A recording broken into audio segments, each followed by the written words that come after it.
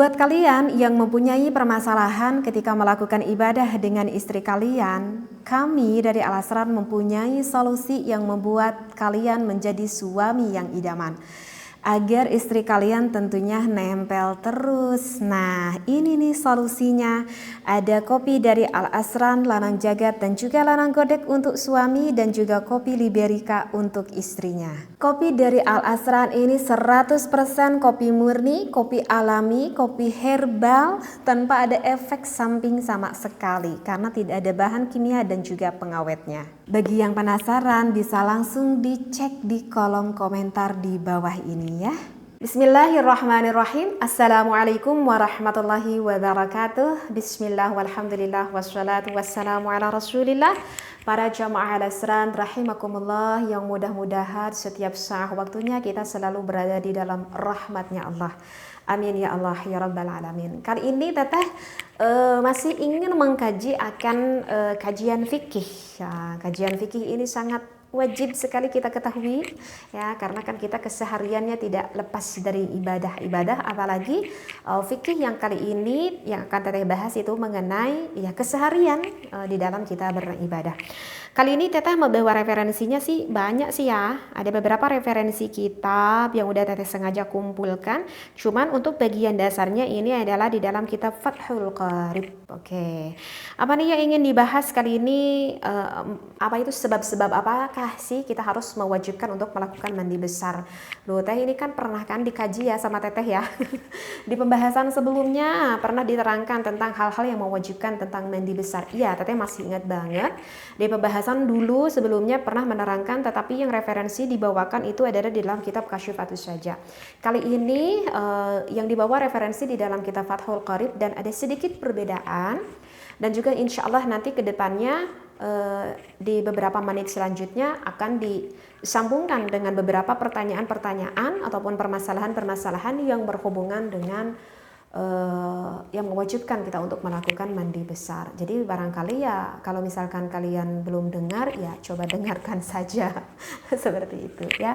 Kalau di dalam kitab Kasyifatus Saja sih sebetulnya gak jauh juga ya dengan apa referensi yang disampaikan di dalam kitab Fathul Qarib, bahwa yang mewajibkan terhadap orang harus melakukan mandi besar itu kan ada 6 ya. Yang pertama itu adalah ilajul hasyafati fil farji, di mana memasukkan hasyafah ke dalam farjinya. Yang kedua itu adalah wa khurujil maniyyi, di mana keluar air mani ataupun air nutfahnya. Wal haidu, ketiga ketika haid. Wan nifasu, keempat ketika nifas. Wal wiladatu, kelima ketika melahirkan. Wal mautu, dan yang keenam terakhirnya itu dikarenakan meninggal. Tapi kalau untuk yang meninggal itu jelas ya, yang wajib memandikannya itu adalah orang yang hidup. Masa yang udah mati suruh mandi sendiri ya. Seperti itu. Mungkin untuk hal-hal yang keenam ini tidak akan Teteh bahas kembali karena nanti bisa dilihat aja deh di pembahasan sebelumnya yang udah pernah sama Teteh dikaji gitu. Nah, cuman ada timbul nih pertanyaan nih Teh, gimana ya Teh kalau misalkan apa itu kan barusan Teteh sampaikan bahwa yang melahirkan itu mewajibkan untuk melakukan mandi besar. Tetapi ingat nih di sini wahai para wanita, kalau wanita yang sudah melahirkan itu mewajibkan untuk mandi besar itu adalah jika ketika melahirkannya itu tidak dibarengi dengan nifas. Tidak dibarengi dengan nifas. Ya, tetapi kalau misalkan dibarengi dengan nifas maka tidak ada kewajiban untuk melakukan mandi besar pada saat itu. Pada saat itu, ya. Tetapi kalau misalkan dibarengi dengan nifas, ya udah nanti melakukan mandi besarnya ya nanti aja, udah nunggu selesai nifas. Nah ini yang dulu terkadang apa ya, orang tua zaman dulu yang terkadang mungkin apa ya, mungkin tidak memahami sampai sedalam ini seperti itu. Karena kalau kita baca matannya ya wal wiladatu, yang melahirkan wajib melakukan mandi besar. Tapi kalau kita lihat syarahnya di dalam kitab Kasyifatus Saja itu adalah mewajibkan itu jika tidak dibarengi dengan nifas. Contohnya seperti Siti Fatimatuz Zahra, putrinya baginda Rasulullah Sallallahu Alaihi Wasallam. Kan ketika Siti Fatimah melahirkan Sayyidina Hasan dan Sayyidina Husain, ketika melahirkan ya biasa mengeluarkan basahan Siti Fatimah mengeluarkan darah, mengeluarkan basahan seperti layaknya bagaimana yang melahirkan. Tetapi Masya Allah tabarakallah, itu Siti Fatimah sudah melahirkan Sayyidina Hasan, Sayyidina Husain, maka ya udah aja begitu bersih. Ketika bayinya udah keluar ya udah, nggak banyak lagi keluar nifas seperti kita sampai 40 hari, 50 hari, 30 hari. Enggak, Siti Fatimah. Maka dikatakan kenapa Siti Fatimah dilandi dengan Az-Zahra, karena memang Siti Fatimah selama gadisnya itu tidak pernah menstruasi. Bahkan ketika melahirkan pun tidak mengeluarkan nifas. Maka Siti Fatimah dikatakan tidak pernah meninggalkan sholat satu kali pun, meskipun sesudah melahirkan Sayyidina Hasan, Sayyidina Husain. Karena ya tidak lagi keluar nifas, ya maka kalau tidak lagi keluar nifas ya wajib dong untuk Siti Fatimah melakukan mandi besar dan melaksanakan sholat. Tapi kan jarang banget ya kejadian seperti ini, seperti yang terjadi terhadap Siti Fatimah. Kalau sekarang itu ya kebanyakan udah melahirkan ya disambung dengan keluarnya darah nifas. Ya maka kalau untuk kita melahirkan seperti itu tidak wajib untuk kita melakukan mandi besar. Mandi besarnya kapan? Ya nanti aja kalau kita udah suci dari nifas. Nah yang menjadikan pertanyaan ini sekarang gimana nih Teh kalau misalkan yang melahirkannya lewat sesar. Kan kalau melahirkan lewat sesar itu kan gak normal lewat jalurnya seperti itu. Tetapi kan kalau sesar itu kan dioperasi dari perutnya gitu. Itu masih tetap gak gitu untuk mewajibkan melakukan mandi besar. Itu hukumnya sama. Itu hukumnya sama seperti kita yang melahirkan normal. Karena yang sesar pun itu sama mengeluarkan nifas. Kalau misalkan yang di sesar itu sesudah keluar bayinya tidak mengeluarkan nifas, ya wajib mandi pada saat itu ketika kering. Tetapi kalau yang di sesar itu mengeluarkan nifas, ya nanti aja mandi besarnya itu setelah suci dari nifas. Ya ini yang disampaikan di dalam kitab Hasyiah Bajuri seperti itu.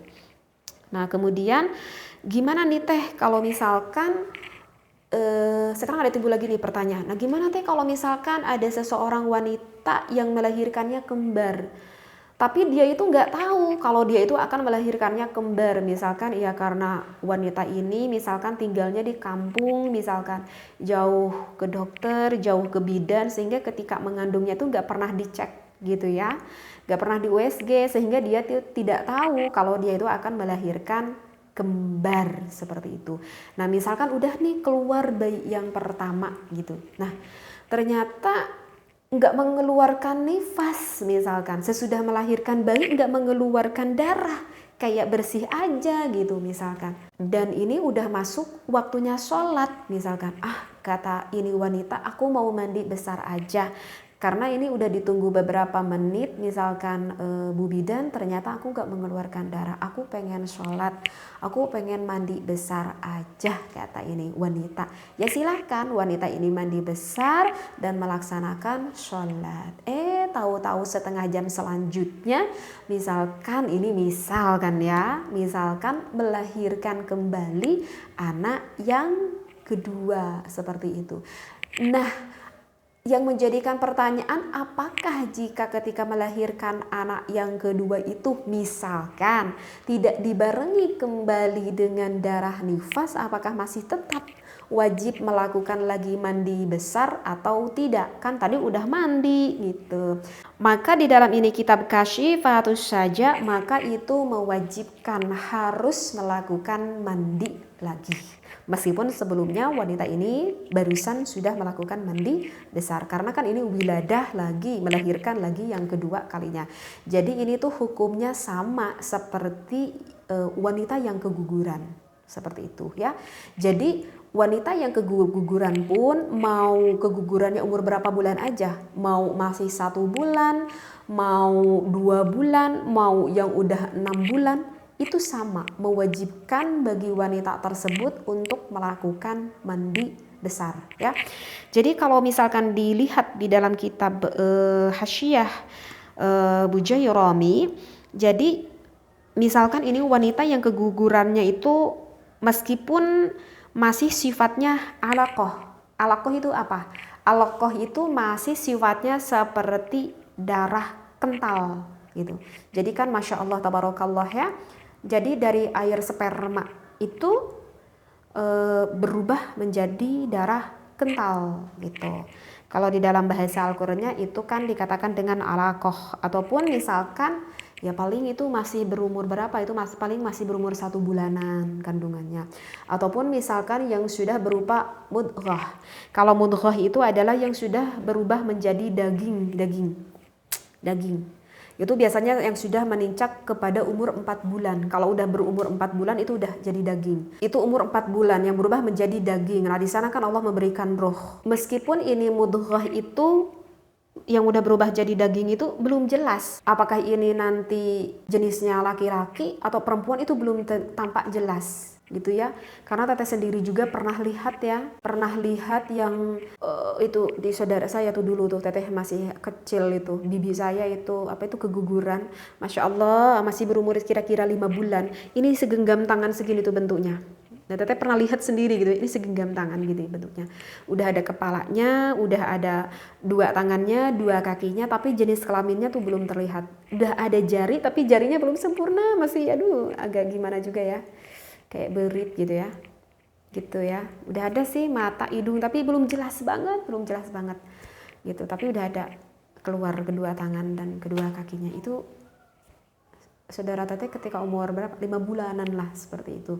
Itu dikatakan masih mudghah karena masih berupa daging, tapi kan belum jelas gitu, belum sempurna. Nah, jika meskipun keguguran seperti itu pun, itu ya tetap bagi wanita tersebut itu harus melakukan mandi besar. Dan orang yang keguguran pun ternyata ya sama mengeluarkan nifas seperti itu, meskipun nifasnya tidak sebanyak seperti yang melahirkan normal seperti itu. Jadi untuk kalau di dalam kitab Hasyiah Bujairromi itu kan ada 3 sifat ya yang melekat terhadap wanita yang keguguran itu.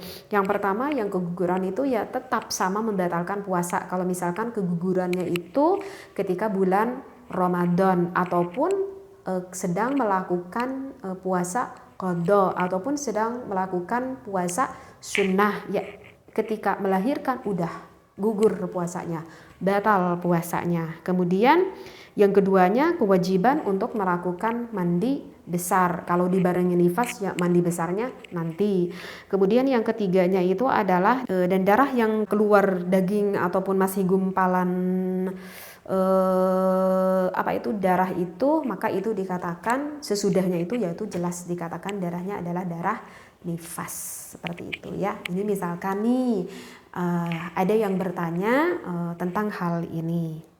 Nah kemudian untuk pertanyaan nih yang selanjutnya nih yang berhubungan dengan mandi besar, itu gimana nih teh kalau bagi orang yang janabah nih teh? Kalau bagi orang yang janabah terkadang suka banyak pertanyaan, teh aku udah melakukan mandi besar ketika malam aku melakukan ibadah dengan suamiku, tetapi ketika mandi besar ada lagi nih teh keluar basahan. Ini biasanya terjadi kebanyakan di pihak perempuan. Kalau dari pihak laki-laki jarang-jarang dan sangat jarang sekali.